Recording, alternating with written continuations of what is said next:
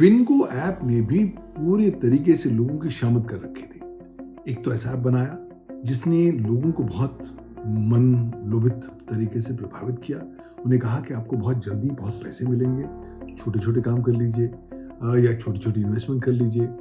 अब लोगों को क्या था, उनको तो लगा कि साहब थोड़ा काम करके ज़्यादा पैसा मिल रहा है, चलिए करते हैं। और फिर एक बार जो लोग ये विंगो ऐप डाउनलोड किया करते थे, तो उन्हें पता नहीं लगता था कि वो क्या-क्या परमिशंस उन्हें दे रहे हैं। और ये ऐप इन उपभोक्ताओं की इजाज़त के बगैर उनके सिस्टम से स्कैम एसएमएस मैसेज भेजता था, पर्सनल डिटेल्स इस्तेमाल करता था और लोगों की प्राइवेसी का दुरुपयोग किया करता था। इसकी काफ़ी सारी शिकायतें हुई और अल्टीमेटली इसको गूगल स्टोर से बैन किया गया, लेकिन उसके बाद भी ये लगातार रेफरल प्रोग्राम सिस्टम की तरह आगे चलता रहा।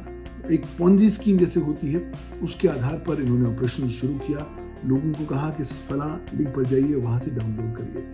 जब इतनी विशेष प्रकार की इनकी शिकायतें आ गई, तब केंद्र सरकार ने बहुत ज़बरदस्त कदम उठाया, इस तरह के ऐप को बैन कर दिया और दिशा निर्देश थी लोगों को कि आप इस तरह के ऐप्स को डाउनलोड ना करें, क्योंकि अल्टीमेटली ये एंड्रॉयड ऐप्स जो हैं कहीं ना कहीं आपको साइबर फ्रॉड का शिकार बनाने के विषय में आगे चल रहे हैं। तो आज ये ऐप बैन तो हो गया है, लेकिन जो लोग अपने पैसे गंवा चुके हैं उनके पास कोई भी इफेक्टिव रेमेडी नहीं मिल पाई है। इसलिए इस तरह के एपिसोड्स को हमें एक वेकअप कॉल के तौर पर लेना पड़ेगा और कुछ चुनिंदा सावधानियां बरतनी पड़ेंगी जब हम आगे जाएंगे। पहली बात तो अनजान कोई भी ऐप को आपने डाउनलोड नहीं करना, चाहे वो ऐप स्टोर से हो या प्ले स्टोर से हो। दूसरी बात, किसी भी ऐप को डाउनलोड करने से पहले उसके बारे में तफ्तीश करनी है, जानकारी पानी है सोशल मीडिया पर कि सर्च इंजन पर कि क्या है ये ऐप और किस तरीके से उसके टर्म्स एंड कंडीशंस या प्राइवेसी पॉलिसी बताते हैं कि आपके डेटा को वो कैसे इकट्ठा करेंगे, कैसे आपकी प्राइवेसी को इम्पैक्ट करेंगे।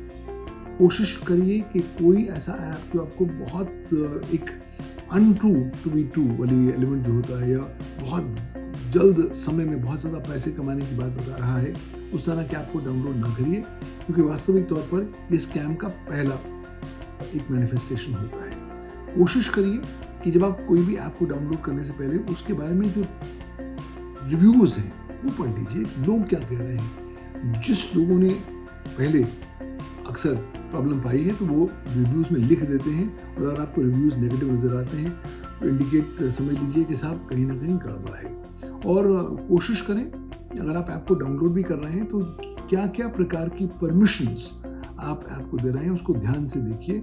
हर प्रकार की ऐप परमिशंस को उन्हें देने की आवश्यकता बिल्कुल भी नहीं है।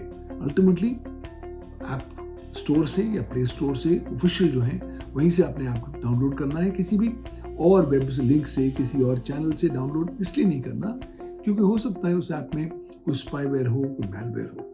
जागरूक रहिए, सतर्क रहिए, सावधान रहिए। कहीं ना कहीं रोजमर्रा के जीवन में साइबर सुरक्षा को जीवन जीने की शैली के स्वरूप में अडॉप्ट करिए। अगर ये बुनियादी तौर पर इन कदमों का पालन करेंगे तो काफी हद तक आने वाले समय में आप इस तरह के जो फ्रॉड मोबाइल ऐप्स होते हैं उनके शिकार होने से बच पाएंगे।